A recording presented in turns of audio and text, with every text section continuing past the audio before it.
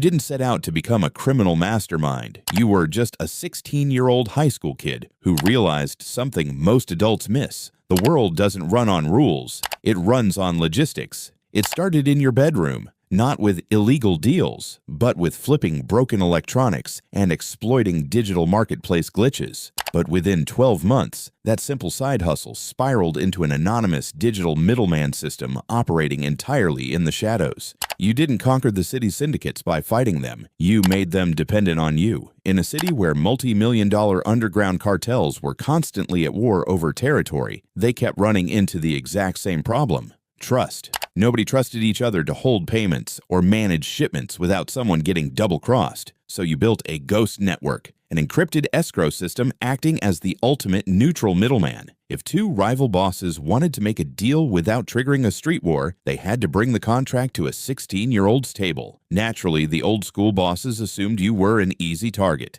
They saw a kid in a fitted suit and figured they could use you as a puppet or take your system by force whenever they pleased. What they didn't realize was that you had planted a failsafe into every single deal. While they relied on muscle and intimidation, you spent your nights mapping out every supply line, bank account, and digital footstep they owned. You didn't just manage their deals, you silently held the keys to their entire operations. Then came the ultimate test. A veteran cartel boss, tired of paying your cut, decided to make a power move. He walked into your office, flanked by two massive bodyguards, dropped a stack of cash on your desk, and handed you a contract handing over complete control of your system. He smiled, thinking a teenager would freeze under pressure. That's when you delivered the countercheck. You didn't panic, call for help, or reach for a weapon. You simply opened your laptop, turned it toward him, and pressed enter. In under 90 seconds, his phone exploded with notifications. You hadn't just blocked his access. You had rerouted his entire shipment to his fiercest rival, frozen his offshore accounts, and leaked his location to the authorities, setting a timer for 10 minutes. You looked him in the eye and offered a choice: sign your original agreement and get his network back, or walk out empty-handed with 10 minutes to run.